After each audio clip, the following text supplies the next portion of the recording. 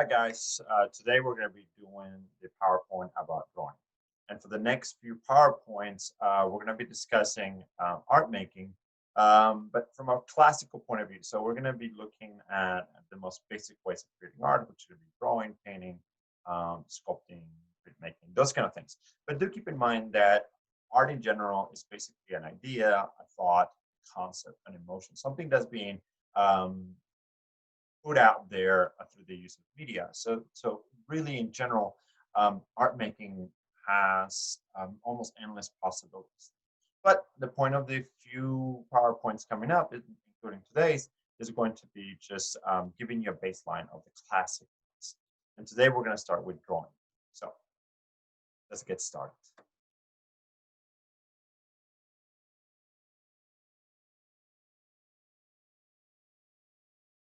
So we're going to start today with drawing, and drawing is the most essential of all the art forms, right? It's basically a baseline, and to draw is to pull, push, or drag a mark-making tool across a surface to leave a line or a mark. That is extremely important. Now, you could draw with a piece of um, you can draw with a piece of wood on the sand, right? That's drawing. You can take your finger on a mirror that has a steam in it, and you can draw because you're that's basically what you're doing. At any point, does the definition to draw requires any kind of specific talent whatsoever, right? To draw is just basically that action of taking a tool, dragging it through a surface to leave a mark. Now, we're going to come back to that definition later on because we're going to look at contemporary ways and approaches in which even that definition gets expanded a little bit. So let's get back to the PowerPoint. So once again, to pull, push, or drag a mark-making tool across a surface to leave a line or a mark, that is to draw. Now, there's a couple of ways of doing drawings. The first one is receptive drawing. And receptive drawing is when you're trying to capture reality or nature and then duplicate it in a piece of paper. And that's basically what a lot of, um, when you think of an art class, we think of that, right? So we have a group of objects in front of the classroom, and then you have students that are drawing those objects. Now, that activity right there is extremely important. And if you've ever taken art classes in a college level, or if you were going through a good art program in high school, the thing that they make you do the most is draw. Now, you draw all the time and you draw from nature. And the reason why you do that is because we as human beings, we think we know what objects look like. We think we have an understanding of what an object look like. But if I was to ask you right now to draw a bicycle on a piece of paper, you know, I would probably say that most of you probably don't know where the gears go and how the wheels are, go in comparison to the rest of the bicycle, etc.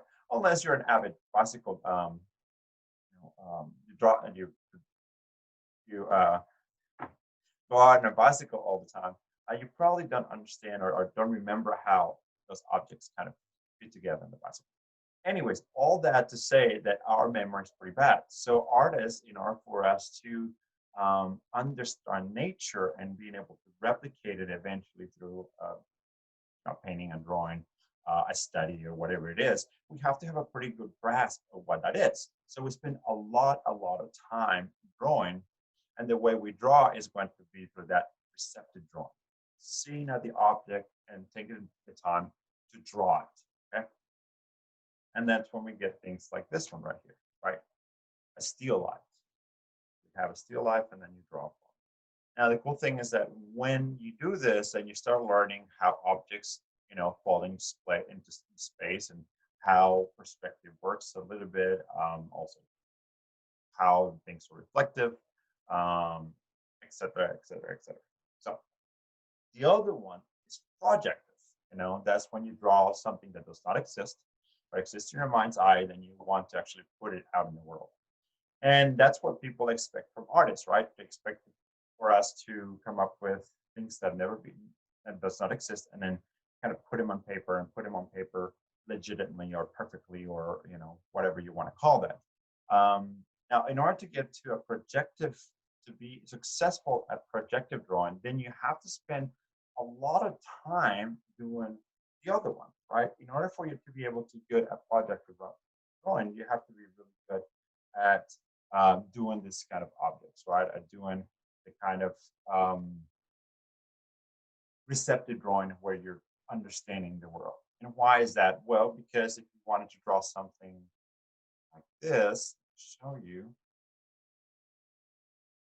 something like that, then you would have to understand what anatomy looks like from the hands and basically what the shape of a fish looks like, the water, how water reacts, and things like that. And all those things come from practice, from a lot of practice, and actually seeing and studying all of those things.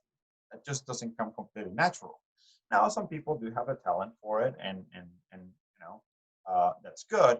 But most artists don't. Most artists, we spend a lot of time understanding the world. And that kind of comes to one of my pet peeves when it comes to children. A lot of times, we kind of give children a piece of paper and a pen or a pencil or a crayon or whatever it is and say, here, draw, right? And the child has this imagery in their mind and they're trying to replicate it on a piece of paper and they fail. And I'm sure you've been in that same situation. Well, why do they fail? Simple, because they don't have the skills. And how do you acquire the skills? It's by practicing, right? The right thing to do with a child or with anybody who's learning a skill is to, coach him, teach him, supervise them, give them feedback, and let them grow, right? So the best thing to do with a child would be to, hey, put an object in front of them, something simple, right? And then you and the child say, hey, let's try to draw it, right? And then you draw an apple, and then you draw a cup, and then you draw this and this and that. And what happens is that the child gets a habit of understanding the world as they draw it. So when it comes down to just giving them a piece of paper with a crayon, then now all of a sudden they have at least a very, very basic understanding of that skill to be do a projective drawing, but at least they have some of the skill and they don't feel like they're completely failing, right? A lot of times when it comes to art and the ability to create aesthetic objects, the fact that a lot of people don't do well is because they don't have the skill, they don't learn the skill, and nobody's told them that skill is needed in order for them to be successful. All right.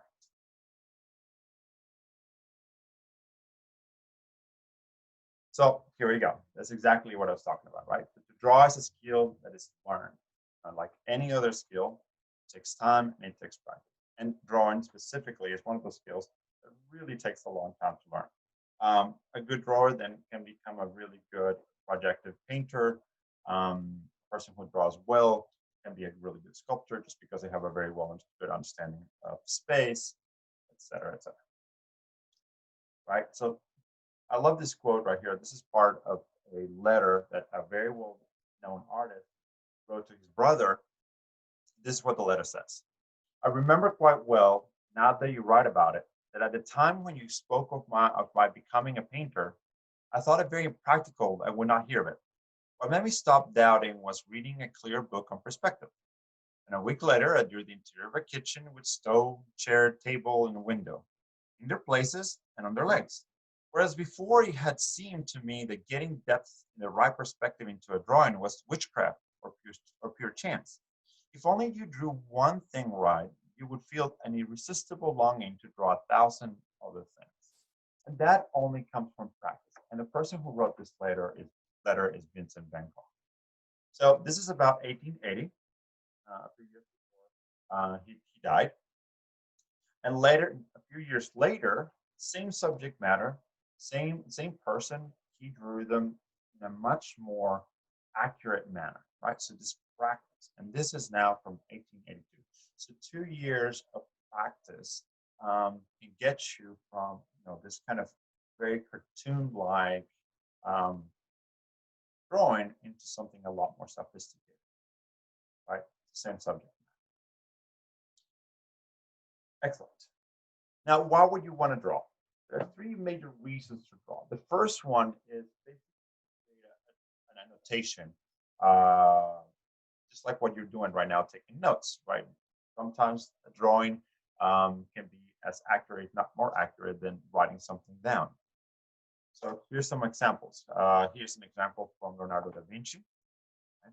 And these are designs for a flying machine. And I really like this drawing because not only can you see the written notes, right, but you can see kind of the evolution of the idea through the creation process, basically, in the drawing. So you can see a very simple schematic drawing here. It almost looks like a dragonfly. Then you can see different kind of observations of how the machine would look like, right, and the invention would look like. This is not a fully developed piece of artwork, right? It was not meant to be an artwork. It's just meant to be a drawing for understanding, for note taking. Another artist, this one's in the film world. This is Guillermo del Toro, and these are pages from one of his very well recognized movies of Pan's Labyrinth. And you can see all the annotations. But the annotations are not enough, right? Drawings are important in order to convey some of the ideas. So they're part of the note taking of this particular movie and this particular director, their process, anyways. And here's one of those creatures that appear on the sketchbook a bit later on in the movie. And this is a mandrake root, and the mandrake root appears again after many years later, many years later in the Harry Potter series. All right, the second reason or purpose of drawing would be to do a study, like a series of steps into understanding what the composition of another work looks like. So a study or preparation for another, usually larger or more complex, whether it's a painting or a sculpture, kind of similar to what we just saw with Leonardo da Vinci, but in a much more particular way. And for this specific purpose of drawing, I picked a painting, a very large painting by Pablo Picasso. Actually, I'm going to skip this real quick. By Pablo Picasso. And the reason why I skip this is the same thing, right? So we have here a drawing that is, shows the complexity of the hand, right, and the body and so forth, and then eventually you get it to the large painting at the top of the Sistine Chapel. But really what I want to talk about is going to be Guernica. So this painting is a really massive painting, and it's an unusual painting for Pablo Picasso. The reason why I say it's unusual, not because of the figures or the cubistic quality of the painting or the fact that there's no color, but it's unusual because Pablo Picasso is very much a formalist artist. He's very interested just in the formal qualities of paint and the formal qualities of the subject matter, of the figure, and things like that. And when I mean formal qualities, I'm meaning things like line, texture, color, and those kind of things are specifically for art, versus something much more related to, let's say, social commentary or expressionism or things like that are much more directed to the emotion of a person or the kind of internal mind or heart content of an individual, right? So it's much more about this kind of formality. So when it comes to Guernica, this work does deal with something that's social commentary. This is outside of kind of his realm of normality when it comes to art making. So why would Picasso step out of his realm of kind of normality in regards to art? Well, this is World War II. Pablo Picasso is a Spanish painter, and he was asked to make a painting for the World Fair.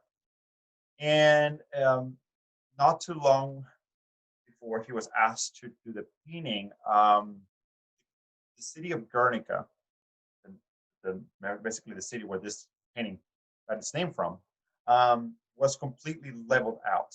And it was leveled out because the Nazis basically were trying to test a new weapon. And because of what's going on at that specific period of time in Europe, they couldn't find a place where they could test it. Now, Franco, who was in charge of Spain, allowed the Nazis to basically bombard and level out Guernica because Guernica had a lot of anti-Franco individuals. So the Nazis came over and basically devastated the city. So Picasso, as a reaction to his feelings, as well as to kind of pressure to make some kind of statement regarding what's happening in Spain, he created this very unique, beautiful piece of artwork that it's really, really massive.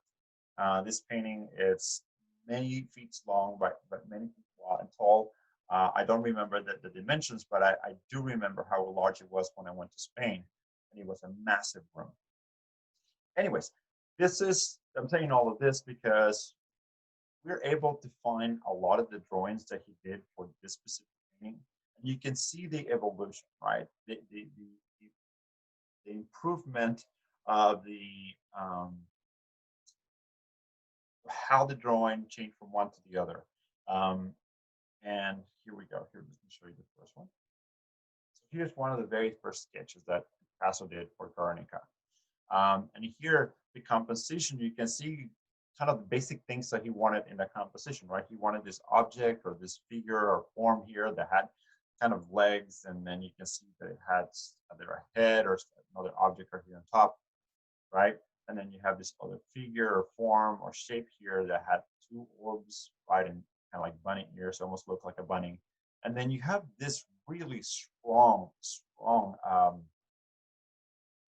drawing, right? We cannot really see what it is, right? We have the square and something coming out of the square that kind of resembles a face, but it's not very clear. And then something protruding out with an object. Now, you can see how vague I am being because even though I know what the painting looks like, here in front of me, I cannot really truly recognize the reality of any of these objects, right? Right now, they're just lines and very simple sketches. All right, but this is the first drawing, and he did many drawings, and I'm going to show you kind of the midpoint of that drawings. And in this drawing, right, it's a lot more elaborate. It is part of that kind of understanding of the composition of the much larger painting. And in here we can actually recognize the same objects that he wanted to put on the painting. You have here, now we recognize it as a bull, so that's what the object was. It had a bull, so this is the head with the horns, and obviously the body. The object that looked like a bunny was actually this right here, which is a female figure, right? We recognize it obviously by the breast, which is the two orbs that we looked at. And we can see that there's two arms holding a child, almost like a pietà of some sort, right? And then last but not least, here's that one object that for Picasso, seemingly on the very first drawing, was very important just because of how harsh he was, with that specific object. So here we have, looks like a window with a kind of ghostly head coming out and then holding a light of some sort or a flame of some sort right up here. Obviously, there's some other objects that weren't there before, or weren't very, very clear on the first drawing. We have a horse, we have a few other figures and forms in here, as well as possibly some fire and another arm right there. And then obviously, after a few more drawings, he actually picked the final composition, and that's how we finally got started.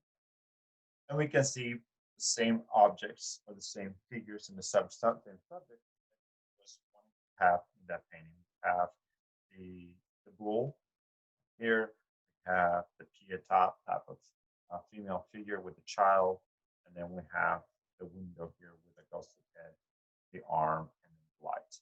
Obviously, we have a few other things that we saw before, which is the arms to the mouth, horse, another decapitated or dead individual here, and a few other things. All right. And last but not least, what's the third purpose of art? And not art, but drawing. And that is to make a piece of artwork, right? An actual piece of artwork, something that is meant to be a drawing as a completed piece of artwork. So as an end in itself, complete artwork. That would be something like this. Charles White, Harvest.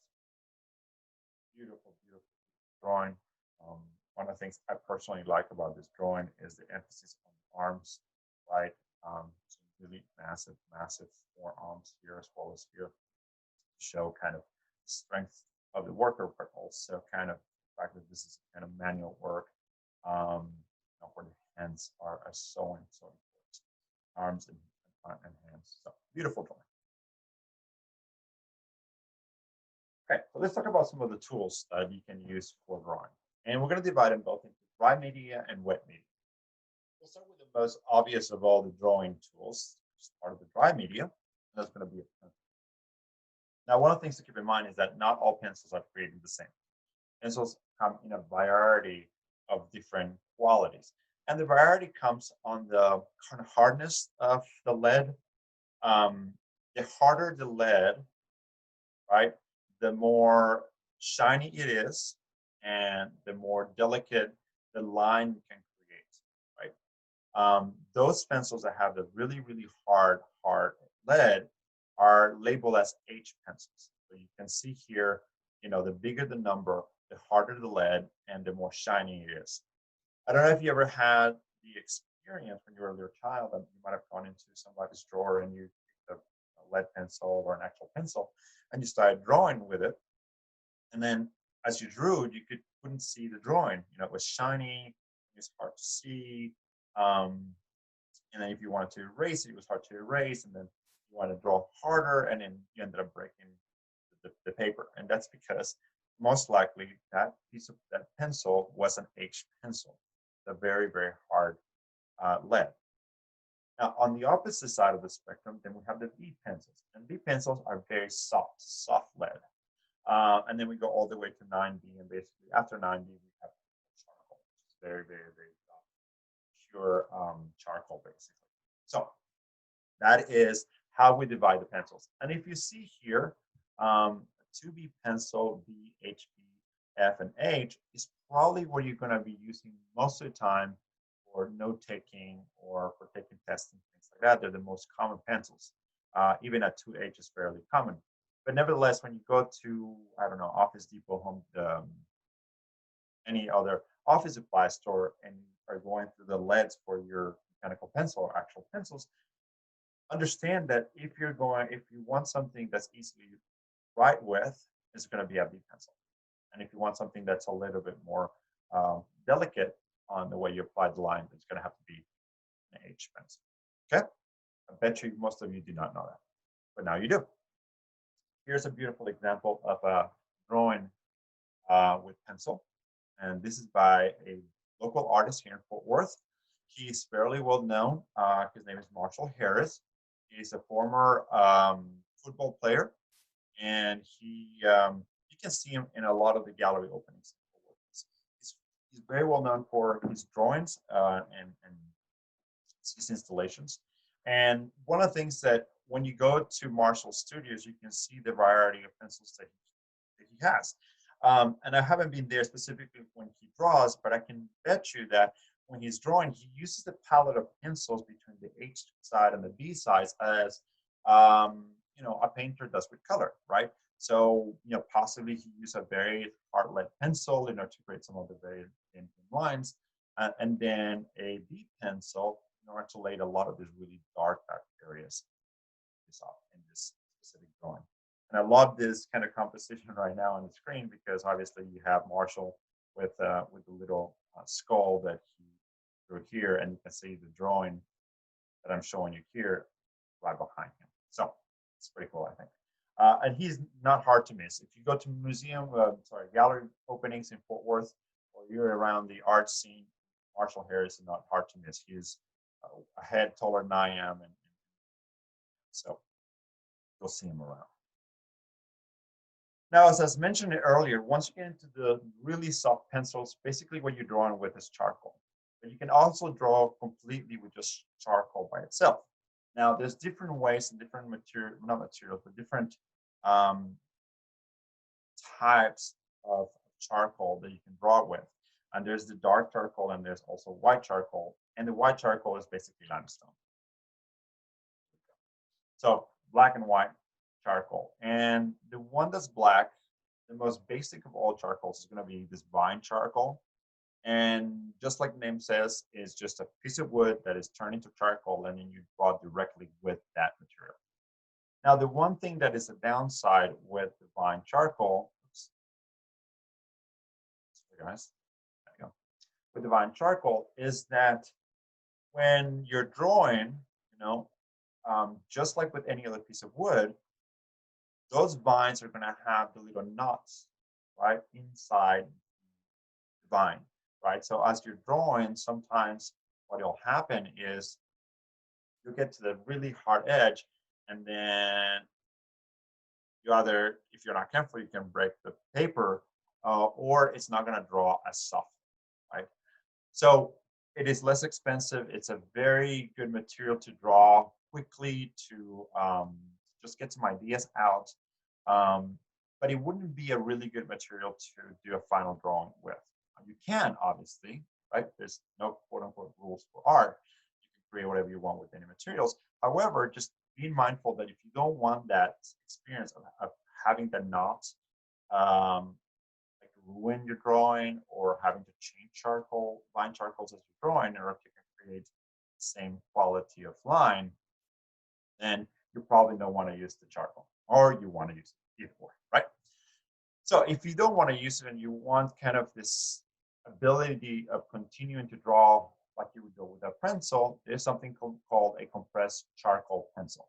And what they do basically is they take this same charcoal, vine charcoal, they turn into a powder, and then they reconstitute it into basically a lead, and then you can just draw with it. And it's fairly convenient. The only thing that is inconvenient about it in some ways is that if you do have vine charcoal, you can actually cut the vine charcoal into little chunks, like let's say 1 inch or 2 inches, and then draw sideways and fill a lot of area with the charcoal. Now, since you cannot do that with this compressed charcoal pencil, you can do that with a compressed charcoal black stick, right? So you can do it with this kind of stick, and they'll look like chalk that you use for a chalkboard. They look very much the same. So the materials do exist for that, but do know that if you want to have a final drawing with charcoal, probably what you want to do is you want to have a compressed charcoal pencil to the details, and then the more robust compressed charcoal sticks for the rest. For white charcoal, like I mentioned before, they're just basically limestone, and it's the same thing as the compressed charcoal pencils. They just all turn into a powder, and then press together into either the compressed charcoal or the pencils. Now, the last thing I want to mention about charcoal is the use or the need for the kneader eraser. So why do you need a kneader eraser? Well, if you've ever worked with charcoal, charcoal is extremely messy, very, very messy. And the reason for that is because the particles are very soft, and they stick to the paper, but they don't really stick to the paper. So most papers are going to have texture, right? And the little, let's call it like the little particles of the charcoal just stick on top of the paper. And sometimes they stick well enough, obviously, because we can draw. But most of the time, they're just kind of on the surface. Now, if you wanted to erase a charcoal drawing or an area where you have charcoal, the best thing to do, or the worst thing to do, is to use a gum eraser. The reason why I say that is because if you have those little particles of charcoal on top of the paper and you press it with a gum eraser, what you're doing is taking that and pressing them into the texture of the paper. So now you have those dark or gray color inside the paper. So it's going to be a lot harder to remove. And that's where the kneader eraser comes into play. The kneader eraser looks like a gum. It looks like almost like Play-Doh, right?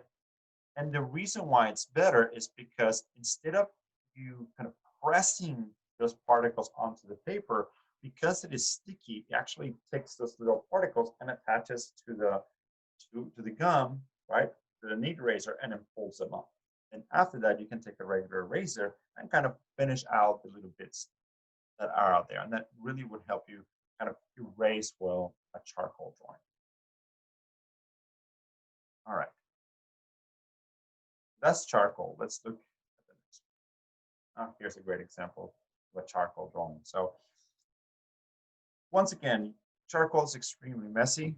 Um, and when you work with it, you have the ability to either be mindful of the messiness and be careful about it and just be precise about it, or you can, really take the initiative and just let it be what it is and go with it, right? So this is one of those cases where the artist is allowing this kind of fluidity and the messiness of the material, um, and there's not a problem at the end, right? Just conveying a face, a figure, right? The fact that it is or it isn't clean does not take away from the fact that it is a face and this was a specific individual. Now, one of the cool things, or one of the things to understand, I should say, about charcoal is that because it is hard to erase, a lot of times it's easier to kind of hide the mistakes, right? Or draw over the mistakes. And in this drawing, it's wonderful to see that specific kind of hiding of a mistake. And the best thing to do it is, if you can see here, there's an eye, an extra eye right there. So I originally have the eye here, and then you can see the final eye right there. So actually, eyes right there. I believe that are, one of them is very well hidden underneath that shadow. All right. The next one, pastels. So pastels are very much like what we were just talking about with charcoal. Now, the only difference, or not the only difference, but one of the things that is added to the particles, including with charcoal that we were talking about, is gum trachnat. And gum trachnat and a lot of other gums, what it is a binder, something that kind of keeps the particles together in order for them to create a pencil or a stick, basically. And that's what we have here. Just basically the same thing that we were just talking about with the charcoal, right? So you take the pigments, there's other materials, powder materials that are attached to the pigment, including the gum, and then compress into these little wonderful painting sticks. Very powdery, very messy. However, you can create objects like this. This is Degas. Wonderful sketch. The next material we're going to talk about is going to be Conte. Conte is basically like a crayon. And with Conte and crayon, the binding material is not going to be that dry gum, but rather a much more oily substance, right?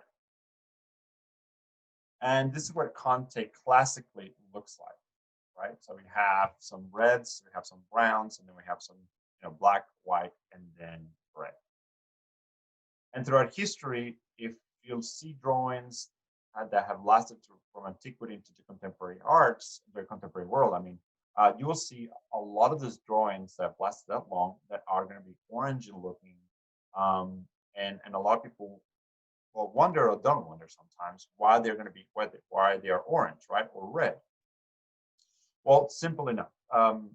They were using Conte, and I'll get into a little more about the particularity of Conte in a minute. But before we go there, let's talk about the colors. Why is it that the only colors available in antiquity were this kind of reds and black and white and gray rather than a much more wide range of colors? And the answer for it is price, the part of economics. The reds come basically from earth colors. So just like a terracotta, right?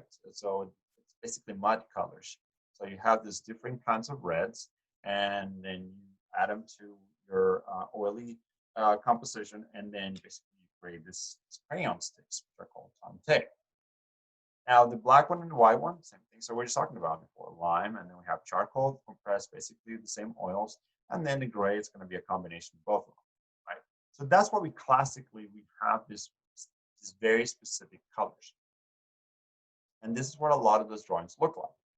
Now, when you're drawing with Conte, it's like drawing with a crayon. And you know that erasing a crayon is extremely difficult. So normally you have to have a very good skill for drawing in order to draw with Conte. But like with everything else, when you draw, you start drawing fairly light, and then as you become much more accurate with whatever you're drawing, you you begin to add more and more information, and you get it harder and harder and harder until you finally get to the point where you can add the details and so on and so on. So in this case, this beautiful sketch right here, you can see that the final outcome was just focus on this, kind of what the arms are doing, right? And that's how you have to work with contact, just like we do with a crayon. You cannot erase it. You just have to continue to put information on top until you get to your desired information or drawing or sketch. Now, let's look at why we're able to see drawings made with Conte through history, and why would Conte be one of those materials that classically were used for sketching? Well, as we mentioned before, right? If you were working with charcoal, right, and if you have worked with charcoal, and for any reason you kind of pass your hand through the charcoal, or you roll the paper of a charcoal drawing, charcoal is going to smear very, very easily. Now, nowadays, what we can do is we can put a fixative on top of the charcoal drawing, or we can actually use hairspray, and that fixes the particles to the paper. But in antiquity, you couldn't, right? So, for somebody like, let's say, Michelangelo, right, who was drawing on the Sistine Chapel, right? I showed you a little while ago, very briefly, the drawings of Adam, right? When Michelangelo was kind of figuring out where the hand was, right? That was a Conte drawing. So let's see if I have that on the PowerPoint. I might have that PowerPoint. No, I did not. Anyway, so you have this drawing. So why Conte at that point? Well, it's simple. You're painting, way up there on top of the Sistine Chapel, and you need to take your drawings up there. Well, you cannot just take your drawings, like this up the scaffolding. You have to roll them, right? So if you roll a charcoal pencil or drawing, or a charcoal drawing, and you get to the top and you open it up, there's not going to be anything, right? Your drawing's going to be messed up. But if it's made of Conte, right, which is oil-based, then that drawing is going to last quite well, right? Just like a crayon drawing. You can just roll it up, and when you open it up, yes, it might be a little smeared, but the information is going to be complete. That's why Conte was used in antiquity. It's a way of allowing the sketches to last a lot longer, and that's why nowadays we have way, way, way more Conte drawings from the Renaissance and even prior to that nowadays, okay? Because it can last a lot longer. All right, so let's continue on.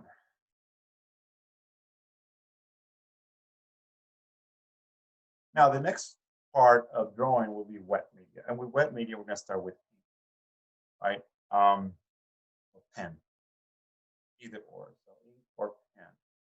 And even though ink is widely used, right, I want to stress to you that when you are drawing with ink, okay, once you put the pen, once you put the brush, whatever it is, right on the paper, right, that's it. It is no erasing at all whatsoever. Once you put the information down, it's done. So a lot of times we go into a museum, we kind of look at this kind of paintings, and we kind of glance through them and just kind of move forward, right? You just kind of ignore them. They're simple. They're just horses running. And yes, they are just horses running. But stop and think about the level of skill that is required for somebody to get this kind of information down on a piece of paper, right?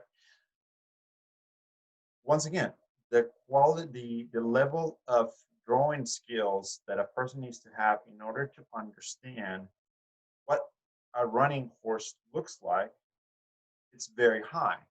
Not only a running horse, but running horses, and all in perspective, and to even show a level of emotion in those horses, right? All of those things require a person with a high level of skill for drawing, right, before they even touch ink on paper. So do not dismiss this kind of drawings so easily next time you go to a museum. Here's another few examples of ink. This is much more contemporary.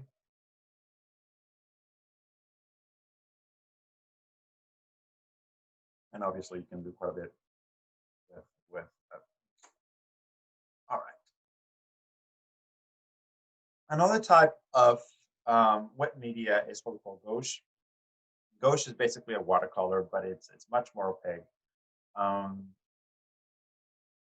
This is what contemporary gouache looks like, but when you classically, you only had kind of the browns and the blacks and the same kind of earth colors. And just like with Conte, gouache was used basically for quick drawings and drawings that would allow the artist to do sketches that would last for a long time so that you can go back and study, look at, store, and those kind of things. This is a sketch by Rembrandt. Now, obviously, when you're drawing, you're going to have a surface. Most of the time, it's going to be paper. Obviously, you can draw on any surface. But remember, we're talking about classically. So when you're talking about paper specifically or a surface, that surface is going to have a texture. And we call that texture tooth. So if you're going to, let's say, order paper, or you go to an art store and you wanted to do watercolors or whatever, and you go to the front and say, hey, I want to do some watercolors, or you wanted this kind of painting, and I need some paper. One of the questions they might ask you is how much tooth do you need? And then your answer will be either a lot of tooth or very little, right? And there's a nomenclature, there's a hierarchy of numbers that tells you how much tooth there is in a piece of paper. But tooth basically means texture. And there's some papers that require a lot of tooth, like watercolor paper, right? It requires a lot of cutting in it, has a lot of texture. And there's some other ones that don't have they don't have any tooth, very little, which is kind of your print paper, right? That's going to be very smooth and shiny. Okay, so let's talk about different ways of applying any of those materials to create drawings. So techniques for drawing. So the first one that we're going to talk about is shading. And shading is basically the application of values on paper. You can do it just by rubbing the pencil or any other material on the surface, and then you're basically shading. However, there's other ways that are just beyond rubbing, and those ones include hatching, for example. Hatching is when you apply values using a series of lines or parallel to one another. Now that suggests either value or volume, right? So this is an idea of three-dimensionality. So here's a good example of that. So we have this hatching process here gives the sense of this darker on the back, and it gets right here towards the center, it gets lighter, and that gives us a sense of three-dimensionality with this object. Additional to hatching, you can also do cross-hatching. Cross-hatching is basically the same thing. The only difference is going to have perpendicular lines are going to help us with more information of the same application of values, right? So it can be work either or, the same, gives us the same sense of three-dimensionality. Sometimes it's just a matter of preference, especially when it comes to comic books. There are some artists that prefer to do just hatching, someone wants to do cross-hatching. And here's what cross-hatching looks like. The next one is contour hatching, and this one's really interesting because what you're doing is, instead of being kind of very rigid with those lines, right? What you're doing is you're following kind of the contour of whatever object you're doing. So if you're doing, let's say, a mountain, let's say something with a ridge, then you add the ridge slowly to it until you get to the final form. And I'll show you an example. The first one is not the best, even though the contour of a sphere is going to be circular, and you can definitely see the contours here, right? However, a better example is this one right here. This drawing is done completely out of contour lines. And the contours are basically just following, right, the figure here all the way through. This is a really good example of a contour drawing. The next way of drawing or applying values, shading, is going to be called is stippling. And stippling is applying values with dots, right? This is what stippling looks like. Now, please, please, please, please do not confuse stippling with pointillism. Different things, okay? Stippling is just applying value with dots. Pointillism is basically using multiple dots of color to create the sensation of the variation of color, right? We're going to talk about pointillism later on, and that would make more sense, but please do not, they're not the same thing. Pointillism and stippling are different things. So in the case of adding value, of drawing with points, you're talking about stippling. Okay, that's what this is.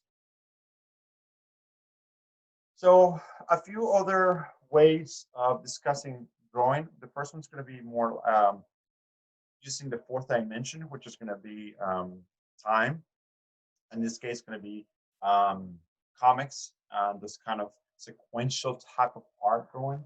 So here's the original comic books, if I may call them that way, right? So hieroglyphics in ancient Egypt are basically comic books. We have a series of images here, right, that convey a story. However, they're complemented or clarified either or by the writing on around them. Basically what we expect from a comic book, right? Obviously, comic book, and this is almost over 100 years old at this point. Yep. So 1906. And this is more what we'd expect from this kind of drawing on, right? So we have a comic book, and we can see time moving forward. Comic book. And last but not least, the next kind of step up from that is going to be the graphic novel.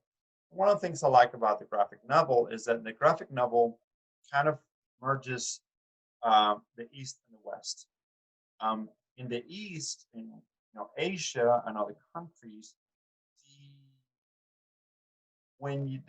the way to describe a painting or to experience a painting or a drawing, instead of saying looking at it, you're basically it's translated as you're reading a painting or you're reading a drawing, right? Because the line between a drawing and a painting is not as divided as we have it here in the Western world. So you will see a lot of drawings and paintings, of Asian drawings and paintings that will have a lot of written words on it, and that's because one complements the other. That's Eastern qualities of aesthetics. And in the Western side, then we have the content of the story through books and the novel. And by combining kind of both things together, then we have what is now the comic novel, right? So we have both the storytelling with the imagery as well as the context and the story heaviness of a novel. All right, so last but not least, let's look at some of the contemporary approaches to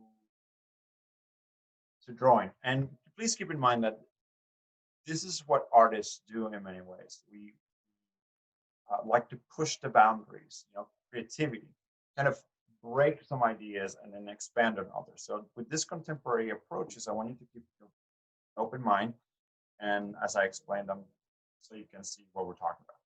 So the very first approach to the contemporary approach to drawings, especially continuing to talk about the comic book, then we have here what we call a abstract comic. So with abstract comics, in this case, and I think once you do it once, you really can't do it more than that. But nevertheless, this kind of comic is fairly genius. And why would I call it genius? Pretty simple, because as an abstract work of art, what we're trying to do is to take away, right, to simplify, to get to its most basic of elements, and then retain enough identity in there for us to recognize what it is. So if we were to discuss about comic books and condense it to its most basic of elements, we can say that comics is, drawings, as we were talking a minute ago, that have um, some kind of timeline of sort, right? And that timeline is described by these little boxes. And in each one of those boxes, we expect an explanation of what's going on or part of the conversation of the characters, if there's any characters, right? That's kind of the basics of the comic. And in here we have all of those things except for a clarity of subjects, right? But nevertheless, our mind creates or expects or fills in the gaps and is basically trying to create a story in front of us, right? So in some ways, we're trying to kind of plug in each one of the boxes some kind of storyline, right? And we expect or assume that this has something to do with that and that there's a conversation going on and so forth and so on because of the symbols, right? However, the reality is that this is just a basic drawing. This is just lines, color, texture, and nothing else. There's no characters, there's no writing, there is no storyline, there's absolutely none of those things. It's completely abstract. It's just an abstract comic because we expect that from this kind of setup of aesthetic elements. Pretty genius. All right, let's look on to the contemporary approaches, a few more.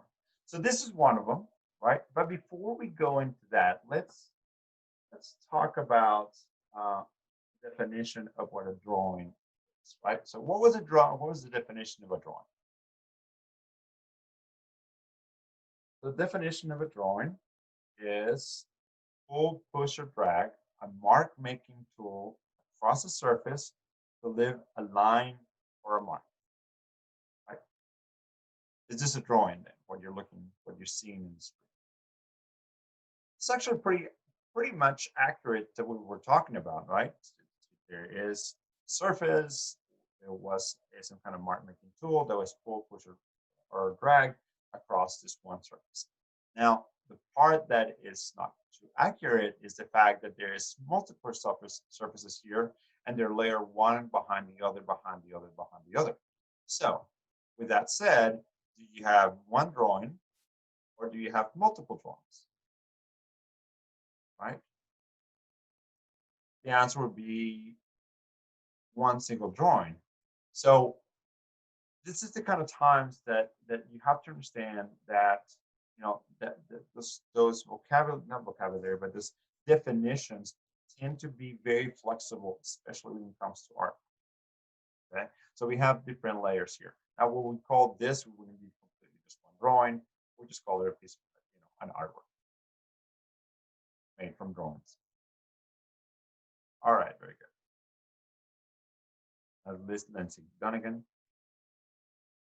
Here's another one. All right, so Christie's work. Hybert. Okay. Once again, let's look at the definition of a line. So a line, to draw means to pull, push, or drag a mark-making tool across the surface to leave a line or a mark. So are these drawings? By definitions, they are, right? It doesn't mean because you're drawing that drawing has to describe nature or has to represent nature or it has to mimic nature or reality or anything like that. These lines on these walls are actually drawings. There are different kind of lines with different thicknesses. There are some curved lines, some linear lines, angular lines, those kind of things. And this kind of work is completely non-representational, right? There was never really an abstraction from nature or from reality at all. This is completely representational of art, and that's it. Sorry, non-representational, and it only is describing art, and that's it. Okay?